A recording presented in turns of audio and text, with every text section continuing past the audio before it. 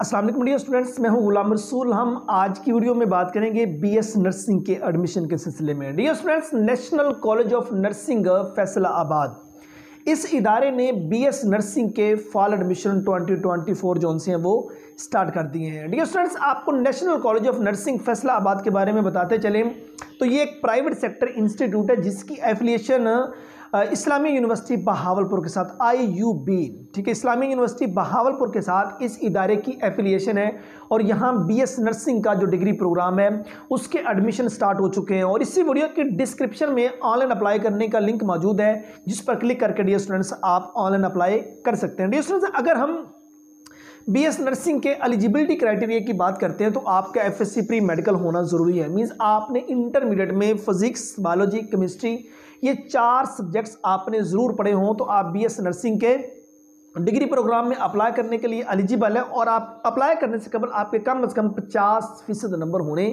चाहिए अप्लाई करने के लिए। और अगर हम बीएस नर्सिंग के ड्यूरेशन की बात करें तो ये 4 साल डिग्री प्रोग्राम है। और अगर हम इसके मेरिट की बात करें, गवर्नमेंट सेक्टर जो इसका मेरिट है वो 1000 प्लस पे रहता है। मतलब FSC प्री मेडिकल में अगर आपके 1000 प्लस मार्क्स हैं तो आप गवर्नमेंट सेक्टर में अप्लाई कीजिएगा।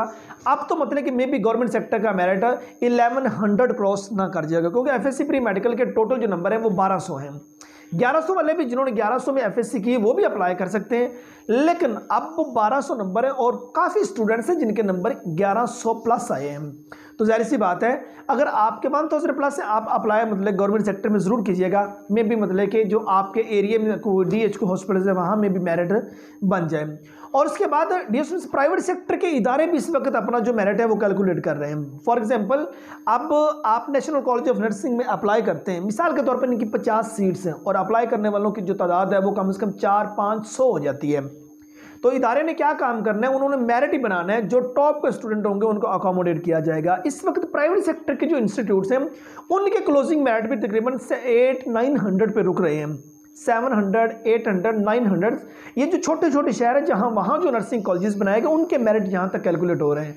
अगर आप FSC प्री मेडिकल के स्टूडेंट हैं पार्ट 2 के या पार्ट 1 के और फ्यूचर में नर्सिंग के डिग्री प्रोग्राम में जाना चाहते हैं तो डियर स्टूडेंट्स याद रहे, अभी से मेहनती कीड़े बन जाइए, अभी से मेहनत करना शुरू कर दीजिए और कोई 800-900 प्लस कम से कम नंबर लें नर्सिंग के डिग्री प्रोग्राम में भी जाने के लिए। इस वक्त प्राइवेट सेक्टर के इदारे भी अपना जो मेरिट है वो कैलकुलेट कर रहे हैं और जो टॉप के स्टूडेंट्स होते हैं उनको अकोमोडेट कर रहे हैं। ठीक है, फी पैकेज की बात करें तो गवर्नमेंट सेक्टर में DHQs में, टीचिंग हॉस्पिटल्स में जिनके एडमिशन हो जाते हैं वहाँ तो जाहिर सी बात है उनके एडमिशन फ्री हैं और उनको कुछ 30,000 प्लस पर मंथ स्टाइपेंड मिलता है। 4 साल उनको वजीफा भी मिलता रहता है और 4 साल की डिग्री भी उनकी फ्री हो जाती होती है। और प्राइवेट सेक्टर में डियर स्टूडेंट्स आपका कम से कम कोई 8 लाख रुपए, ज़्यादा से ज़्यादा 10-12 लाख रुपए आपका इतना प्राइवेट सेक्टर में BS नर्सिंग के डिग्री प्रोग्राम में खर्च आ सकता है। अब हम बात करते हैं नर्सिंग के स्कोप की। कुछ स्टूडेंट्स ये सवाल करते हैं कि सर वो स्टूडेंट जिन्होंने गवर्नमेंट सेक्टर से BS नर्सिंग का डिग्री प्रोग्राम किया उनका स्कोप ज़्यादा होता है और प्राइवेट सेक्टर से BS नर्सिंग कर लेने का जो स्कोप है वो कम होता है। इसमें ऐसी कोई बात भी नहीं है। आपने प्राइवेट सेक्टर से BS नर्सिंग किया है, आपने गवर्नमेंट सेक्टर से किया है, स्कोप उसका इक्वल है। जो जॉब्स हैं उसमें सारे अप्लाई करने के लिए एलिजिबल हैं।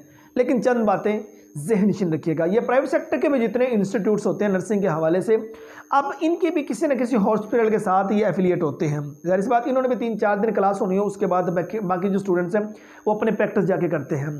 तो जिस तरह गवर्नमेंट सेक्टर के जो स्टूडेंट्स हैं वो करते हैं। ना सिर्फ आपके पास डिग्री बल्कि आपके साथ साथ प्रैक्टिकल नॉलेज भी होना ज़रूरी है, तो आप मतलब कि आसानी से कल को जॉब जो सी है वो ढूंढ सकते हैं।